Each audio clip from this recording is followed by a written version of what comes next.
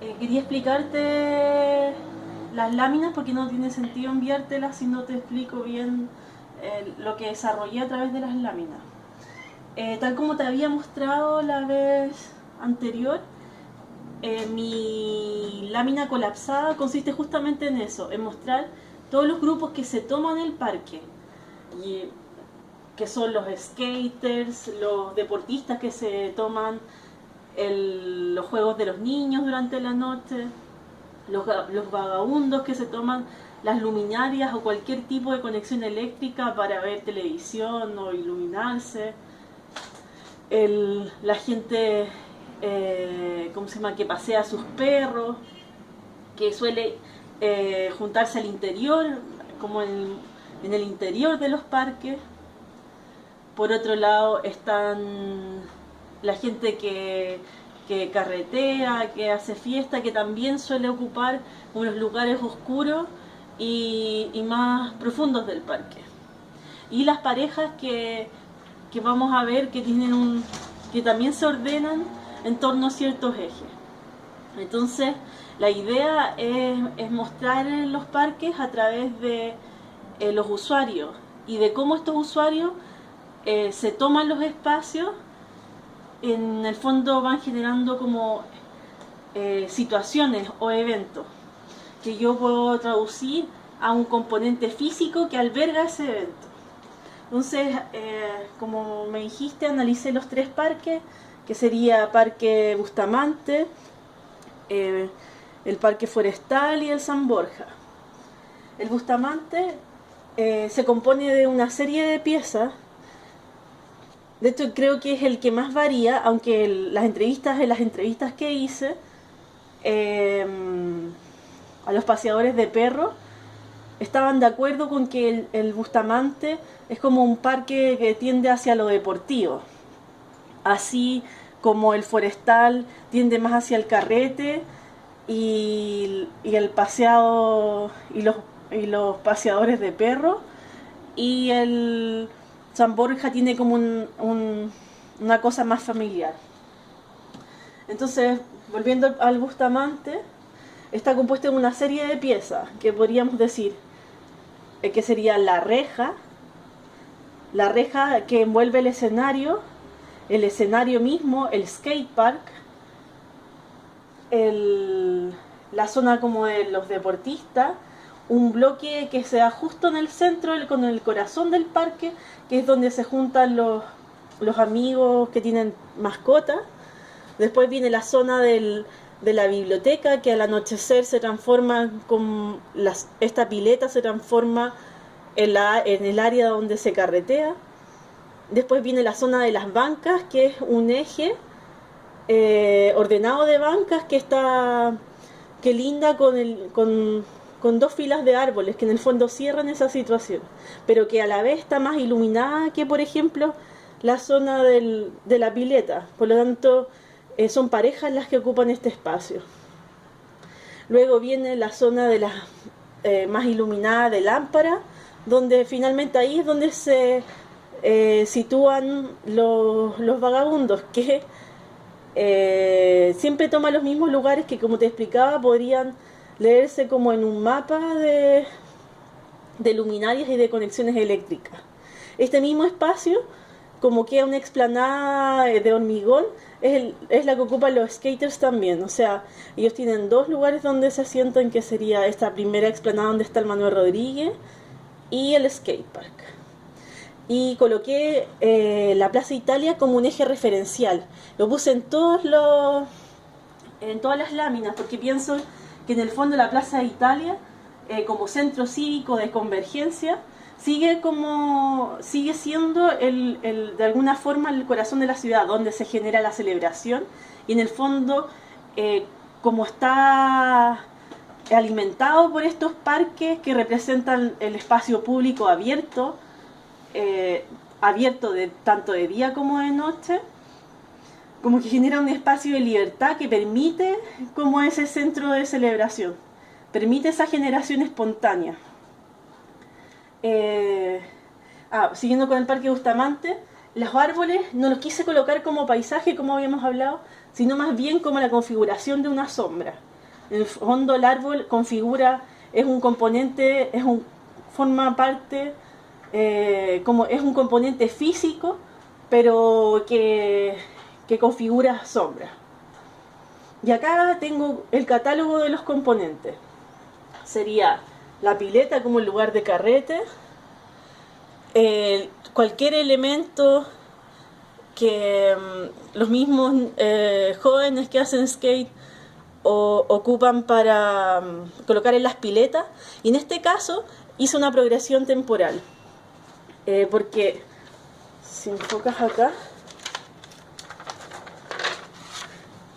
esta foto es de 1964 y muestra cómo está el escenario tal cual está ahora, este eje.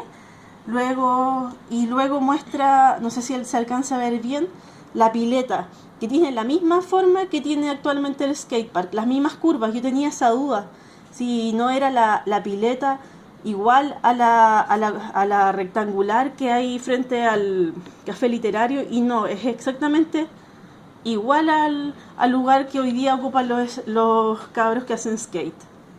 Entonces podríamos decir que hay como un espacio tomado que puede dar cuenta del desarrollo en el tiempo de ese componente físico. Después está el escenario, donde se colocan músicos y a la vez los paseadores de perros aprovechan la reja que contiene ese espacio, que también he ocupado para hacer exposiciones, teatro. Siempre la municipalidad coloca carpas en este espacio. Siempre están montando exposiciones. Y esa misma reja la utilizan los paseadores de perros para soltar a sus mascotas. Entonces también se genera ahí un espacio contenido. Después están todos los artefactos de juegos que en la noche se transforman como en objetos que utilizan los deportistas. ¿Ya? Habíamos dicho que esta plaza, este parque, tiene una connotación como más deportiva que los otros, ya, porque tiene mucho artefacto deportivo. Y aparte tiene la extensión, la ciclovía. Todo esto es una ciclovía que permite como el tránsito y la alimentación del parque de deportistas. En el centro, como decíamos, están los paseadores de perros también. Es muy curioso porque están justo en la triangulación, como en el corazón. Y siempre, como te comentaba, se ubican en ese lugar. Es súper curioso. Siempre, y se sientan en las bancas, conversan y se hacen amigos. Es un relato que ellos mismos tienen, no solamente es una observación mía. Bueno, después está el eje están las bancas como de las parejas, como el soporte de las parejas, y la lámpara y una caja que está situada acá, que es esa que la dibujé ahí, que es donde también una de estas cajas eléctricas, donde llegan conexiones eléctricas, donde también conectan a alargadores y están puestos colgando los alargadores. Ya, ese es el caso del Bustamante. En el caso del Forestal,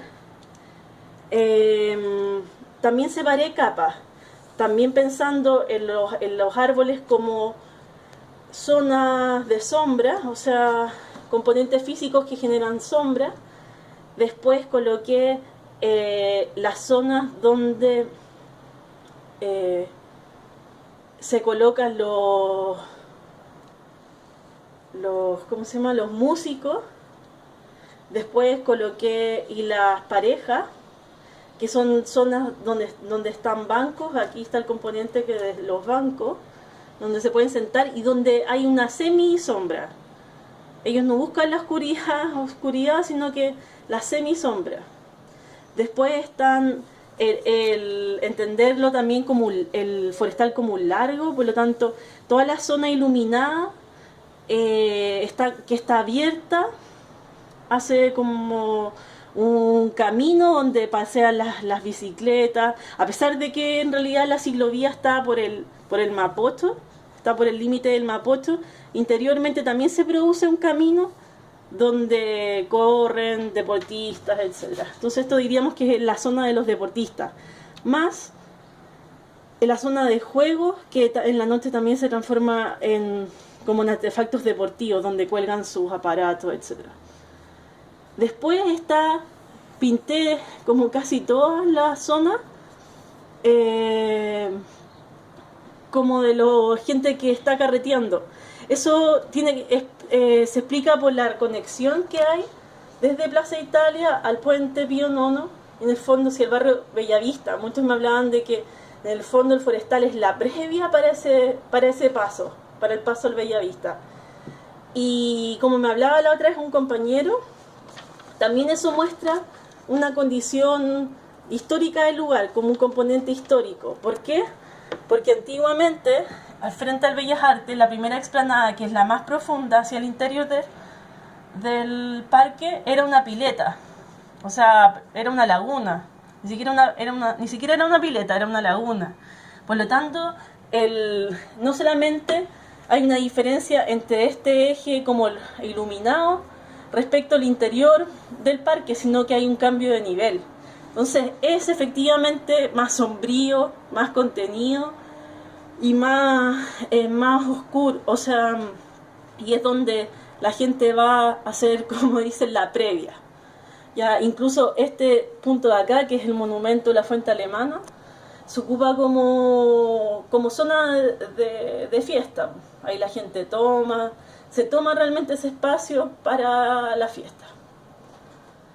Y después viene la zona de los perros, que también es muy clara. En este parque es donde más hay perros, ¿ya?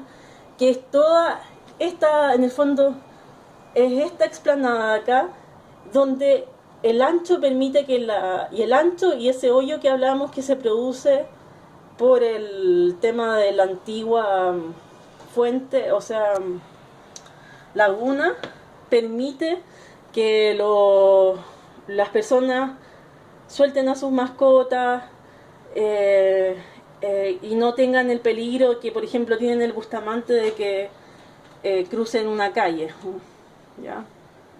Eso también me lo explicaban los paseadores de perros acá. Y finalmente el San Borja. El San Borja tiene, a pesar de que también hay un cuento histórico, que el proyecto consideraba esa condición como metropolitana, así como esa condición que tienen los otros parques.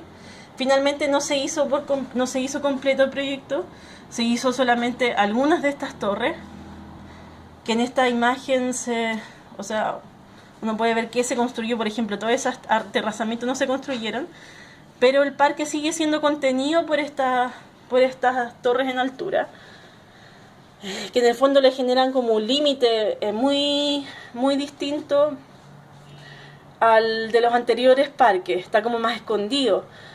Y por otro lado hay una reja y un horario de apertura y cierre. Por lo tanto, es más un parque de vecinos, por decirlo así. Sin embargo, tiene una relación con la Universidad de Chile. La Universidad de Chile está ahí la Facultad de Arquitectura. Por lo tanto, alimenta acá siempre de jóvenes que están carreteando, que en el fondo se ubican en las zonas más de sombra del parque. Mientras que estos círculos contienen programas deportivos. También acá hay una de las plazoletas está ocupada por los niños que hacen skate y los fines de semana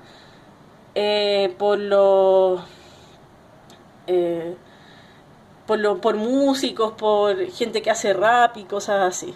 Y conversando con los vecinos también, con los paseadores de perros, es muy muy claro